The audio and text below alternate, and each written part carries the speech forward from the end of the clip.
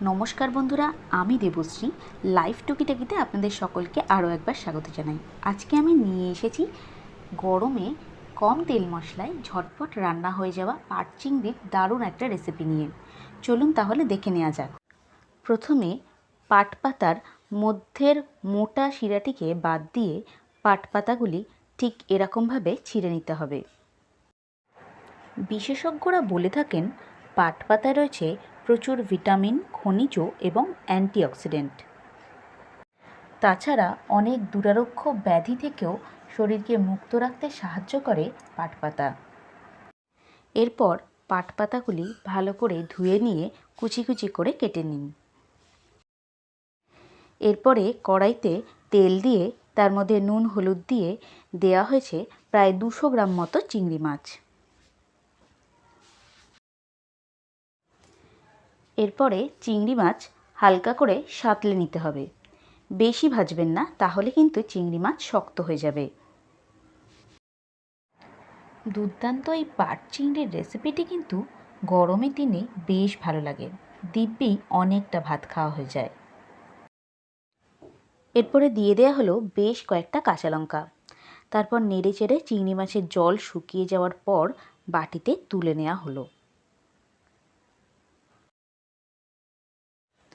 আবারও কড়াইতে তেল দিয়ে একটা বড় সাইজের পেঁয়াজ কুচি কুচি করে কেটে নিয়ে ছেড়ে দেওয়া হলো।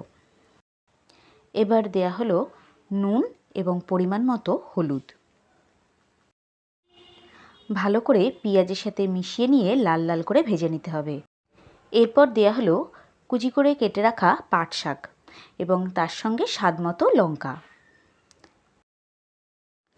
পাট শাকটা একটু ভাজা ভাজা হলেই তার মধ্যে দিয়ে দেওয়া হলো আগে থেকে ভেজে রাখা চিংড়ি মাছ। পাট শাক এবং চিংড়ি মাছ ভালো করে মিশিয়ে নেওয়া হলো। এবার একটি মিডিয়াম সাইজের বাটির প্রায় 3 বাটি জল দিয়ে দেওয়া হলো শাকের মধ্যে।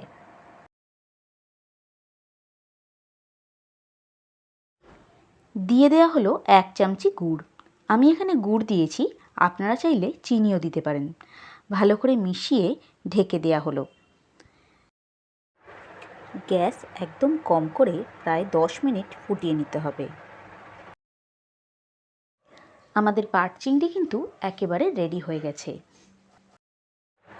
এবারে শুধু সার্ভ করার পালা। পাট চিংড়ি কিন্তু একটু ঝোলঝোলি হয়।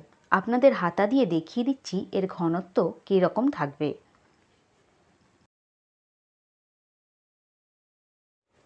তাহলে আর দেরি কেন, বানিয়ে নিন পাট চিংড়ির ঝোল। আর কমেন্ট বক্সে অবশ্যই লিখে জানাবেন কেমন লাগলো খেয়ে। ভিডিওটি ভালো লাগলে অবশ্যই লাইক এবং শেয়ার করতে কিন্তু একেবারেই ভুলবেন না।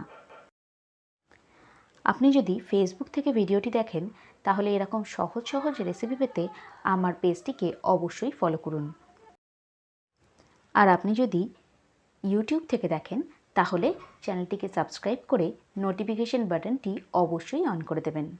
ধন্যবাদ।